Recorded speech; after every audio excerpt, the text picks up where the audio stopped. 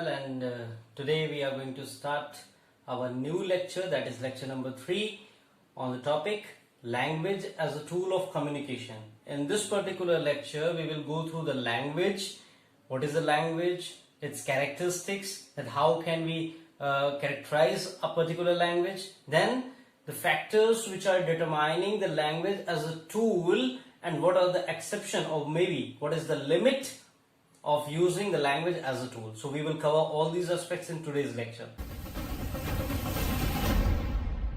Start with our session. So first of all I am going to talk about language. First of all I am going to talk about the language. See, language क्या होता है? हमें बात करने के लिए, communicate करने के लिए एक मीडियम चाहिए, ठीक है? वो क्या होता है? वो हमारा होता है लैंग्वेज, ठीक है? लैंग्वेज चाहिए ही चाहिए आपको बात करने के लिए है। और सबसे इंपॉर्टेंट फैक्टर क्या है कि जो भी दो लोग कम्युनिकेट कर रहे हैं, suppose if this person is communicating with this person, so ये दोनों तभी कम्युनिकेट कर सकते हैं जब इन दोनों के बीच में लैंग्वेज क्या हो, दोनों के बीच की लैंग्वेज जो है कॉमन हो, ठीक है? दोनों को समझ में आनी चाहिए, म्यूचुअली एग्रीमेंट होना चाहिए कि दोनों को समझ में आ रही वो चीज, ठीक है? सो लैंग्वेज क्या है? Language as a means of communication काम करता है। कम्युनिकेट करने के लिए एक मीन है, एक मोड है, एक मैकेनिज्म है जिसको कि हम फॉलो करते हैं और हम क्या कर सकते हैं? हम कम्युनिकेट कर सकते हैं, ठीक है?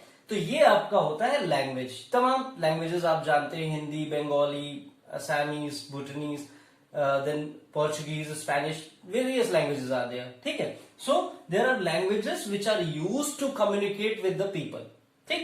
ओके, चलिए अब हम बात करते हैं लैंग्वेज के फीचर्स की, कि क्या क्या फीचर्स हैं जो कि किसी भी लैंग्वेज में होने चाहिए। चलिए, सबसे पहला जो फीचर किसी भी लैंग्वेज में होता है वो क्या है?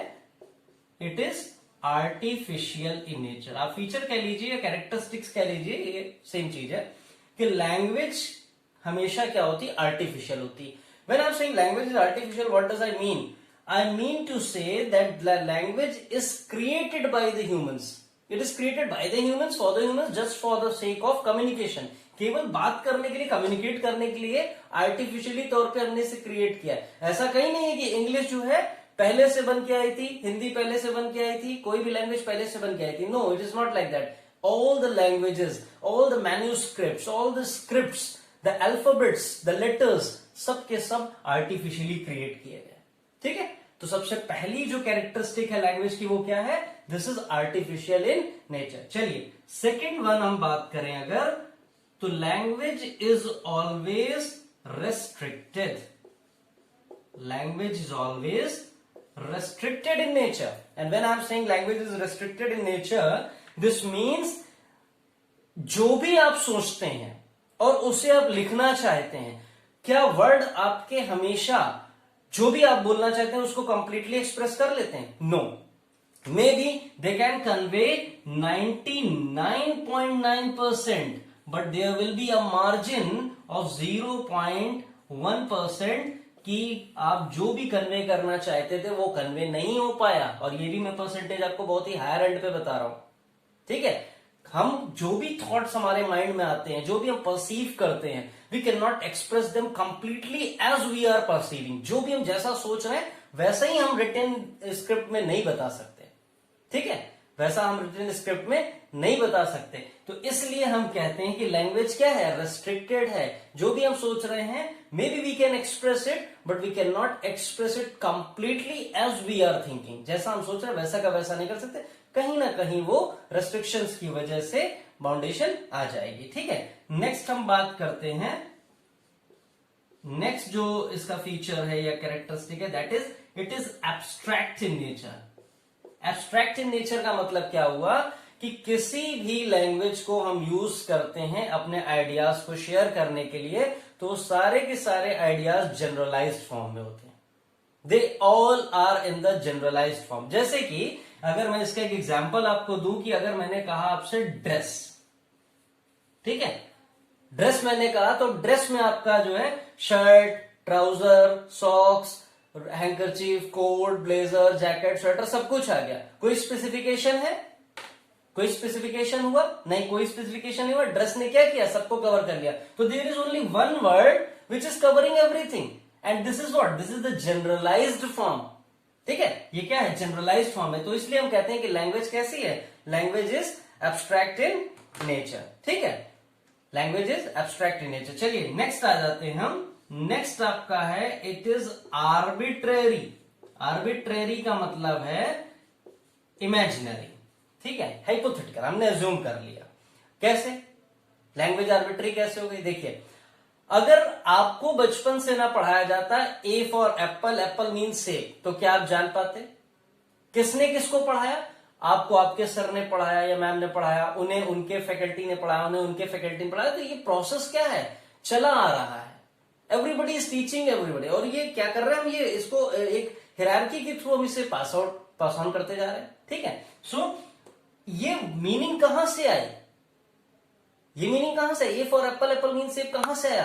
तो जितने भी इंग्लिश के वर्ड्स हैं उनकी मीनिंग क्या है, कहां से वो आए, इसको हम नहीं कह सकते। इसका एक एग्जांपल मैं आपको देना चाहूंगा। एक वर्ड है, क्या उसे बोलते हैं, ओनोमेटोपोइक, ओनोमेटोपोइक बोलते हैं। लिख देता हूं मैं, ज्यादा बेटर रहेगा। ओनो, यहां नहीं लिखता हूं मैं, नीचे थोड़ा सा ऊपर कर देता हूं इधर पे, that will be better. Onomatopoeic,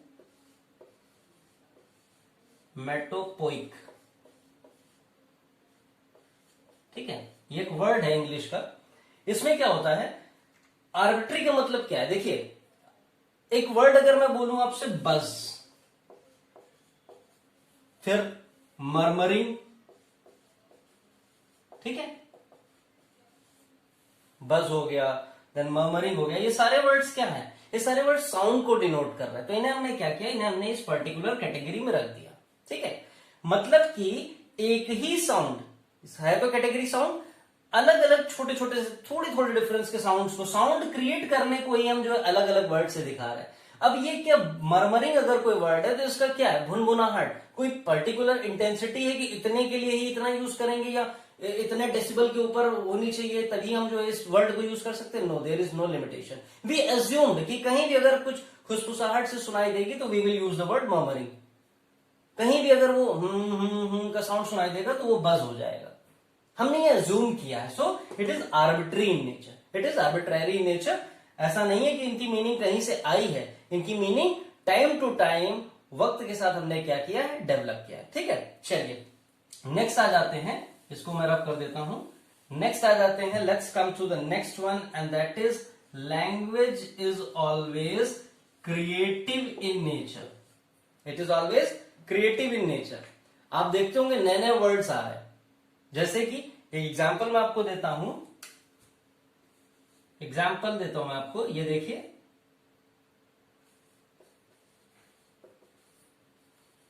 example is edutainment.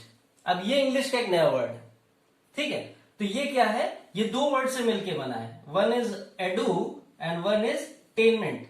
Edu means education, ठीक है, एडू मीन्स एजुकेशन, एंड ये आपका आया है एंटरटेनमेंट से, एंटरटेनमेंट, ठीक है, एंटरटेनमेंट।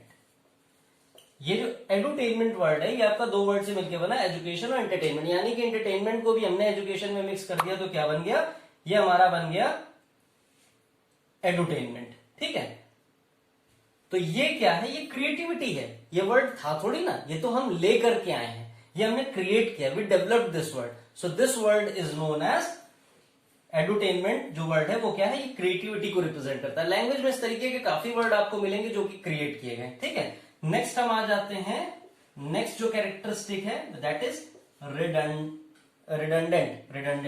ठीक है, दैट इज रिडंडेंट। रिडंडेंट माने क्या होता है, देखिए कई बार आप लैंग्वेज में कुछ चीजों को अगर आप कंटिन्यूसली बोलते रहे, ठीक है, रिपीट करते रहे, तो मे बी वो आपकी उस चीज के इफेक्ट को इंक्रीज भी कर सकता है, मे बी कई बार उस इफेक्ट को फेड भी कर सकता है।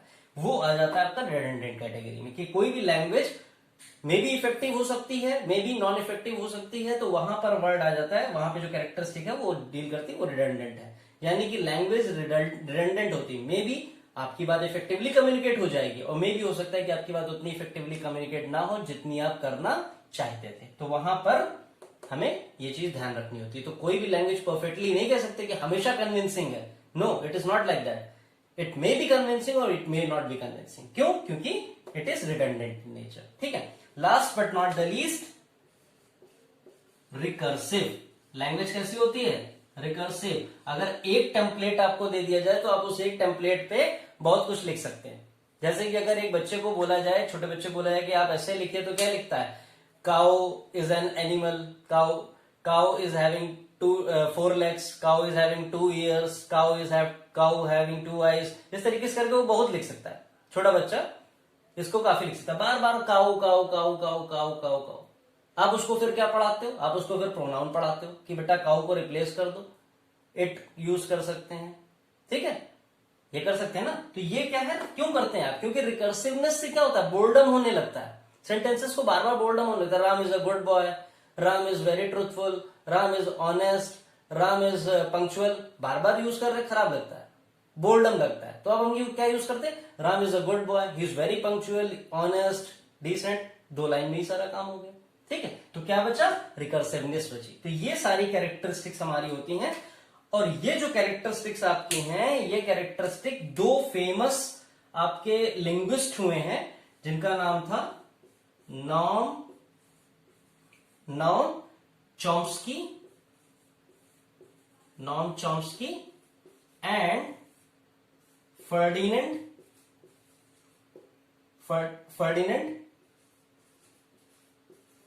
दे सेस्योर। ठीक है, नॉम चॉम्स्की एंड फर्डिनेंड दे सेस्योर, इन्होंने दोनों ने मिलकर ये सारी कैरेक्टरिस्टिक्स बताई थी लैंग्वेज की। एक लैंग्वेज की ये कैरेक्टरिस्टिक्स होती है, क्या क्या? आर्टिफिशियल होती है, रेस्ट्रिक्टेड होती है, एब्स्ट्रैक्ट होती है, आर्बिट्री होती है, क्रिएटिव होती है, रिडंडेंट होती है और रिकर्सिव होती है। ठीक है, क्लियर? चलिए, इसके आगे हम बात करते हैं लैंग्वेज एज अ टूल की। ठीक है, इसके आगे हम बात करते हैं लैंग्वेज एज अ टूल की। चलिए, लैंग्वेज एज अ टूल।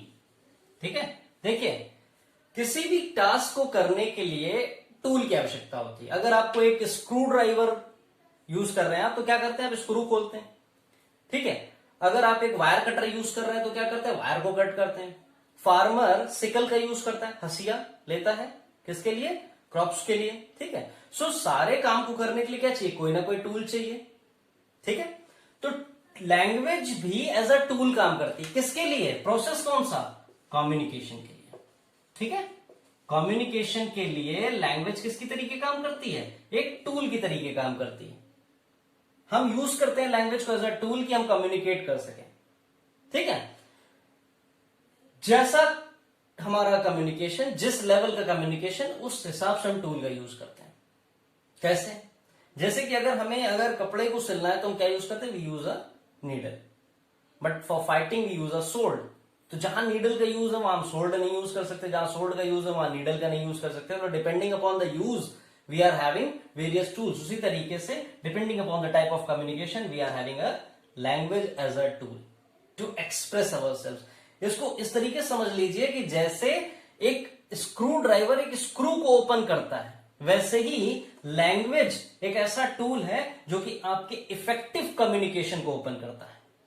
ठीक है, जितनी अच्छी आपकी लैंग्वेज पे कमांड होगी, जितनी अच्छी आपकी लैंग्वेज पे ग्रिप होगी, उतना इफेक्टिव आपका कम्युनिकेशन होगा। And more effective the communication will be, more you can express yourself. आपकी बात लोगों को ज्यादा जल्दी समझ में आएगी, ज्यादा लोगों तक कन्वे होगी, and you will be an effective orator.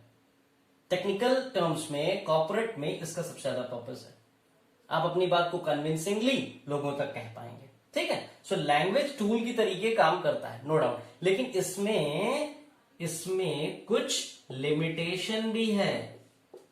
ठीक है, इसमें कुछ लिमिटेशन भी है। क्या लिमिटेशन है?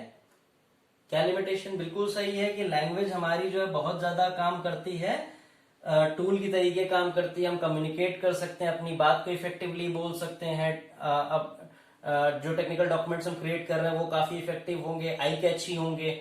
ठीक है, बहुत सी फैक्टर्स हैं, बिल्कुल सही बात है। लेकिन लिमिटेशन क्या है? देखिए, अगर मैं एक वर्ड की बात करूं, suppose if I am saying a word love, तो इसकी मीनिंग अलग अलग हो जाती है। कैसे? इसकी मीनिंग बेटा अलग अलग इस तरीके से हो जाती है कि कहीं पर आप इसको जो है एनिमल्स के लिए जब यूज करते हैं तो इस वर्ड का मीनिंग अलग हो जाता है, जब आप पीपल के लिए यूज करते हैं तो इसकी मीनिंग अलग हो जाती है। पीपल में भी क्लासिफिकेशन है, 21 ईयर्स पे लव की मीनिंग अलग हो जाएगी और 60 प्लस पे इसकी मीनिंग अलग हो जाएगी। यानी कि we are having a same word which is carrying different meanings as per the person. ठीक है, जिस पे एप्लीकेबल कर रहे हो उसके अकॉर्डिंग इसकी मीनिंग चेंज होती जा रही है। ठीक है, ऊपर से कंटिन्यूअस जो इवॉल्वेशन हो रहे हैं, जैसे कि आज से पहले कोरोना आने से पहले किसी को भी नहीं पता था कि इंग्लिश में हम कोविड भी कोई वर्ड यूज करेंगे।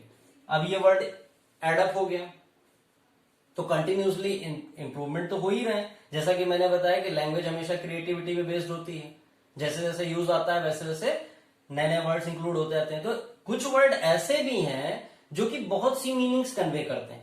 अब जब वो मल्टीपल मीनिंग्स कन्वे करेंगे तो एक स्पेसिफिक ड्राफ्ट बना पाना या स्पेसिफिक जो आप फील कर रहे हैं, क्या सामने वाला वो चीज फील करेगा, क्या आप जो कन्वे करना चाहते हैं वो सामने वाले कन्वे होगा, इस पे थोड़ा सा डाउटफुल केस है। अब इस पे जब बेटा डाउटफुल केस है तो हमें क्या करना पड़ेगा, we have to use some alternate. ये लिमिटेशन आ गई ना, यहाँ पे लिमिटेशन आ गई कि हाँ ठीक है, language is a tool of communication है, बिल्कुल एक्सप्रेस करता है, इफेक्टिवली करता है, लेकिन एट टाइम्स एम्बिग्विटी भी क्रिएट कर देता है, इसीलिए भी बात वहां पर आ जाते हैं। ठीक है, सो वहां पर हमें अब नीड महसूस हुई किसकी, अब हमें नीड महसूस हुई इस लिमिटेशन के आने के बाद, हमें इस लिमिटेशन की वजह से नीड महसूस हुई, तो हम थोड़े से चेंजेस करते हैं। क्या चेंजेस करते हैं, वी इंट्रोड्यूस स्माइलीज।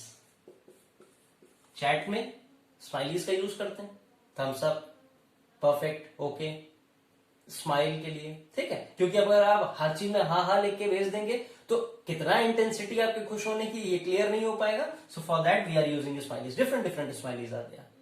ठीक है, वी यूज पिक्चर्स, इमेजेस हम यूज करते हैं।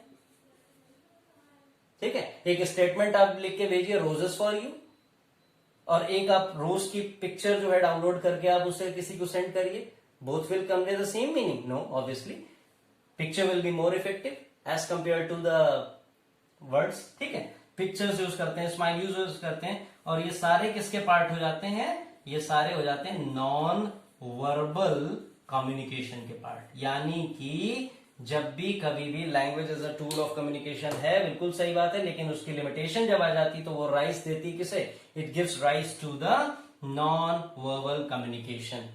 यहां पे नॉन वर्बल कम्युनिकेशन यानी कि इशारों की भाषा, आईज के थ्रू बात करना, आई कांटेक्ट के थ्रू बात करना, हैंड मूवमेंट, गेस्चर्स, पोस्चर्स के थ्रू बात करना, ये सारा इसमें इंक्लूड हो जाता है, so that the effectiveness of the communication could be enhanced. क्यों, क्योंकि सोल लैंग्वेज से काम नहीं चल रहा था, सोल लैंग्वेज से, अकेले लैंग्वेज से काम नहीं चल रहा, तो अब हमने क्या इंक्लूड किया, अब हमने नॉन वर्बल कम्युनिकेशन यानी कि ये सब चीजें इंक्लूड करना शुरू कर दिया।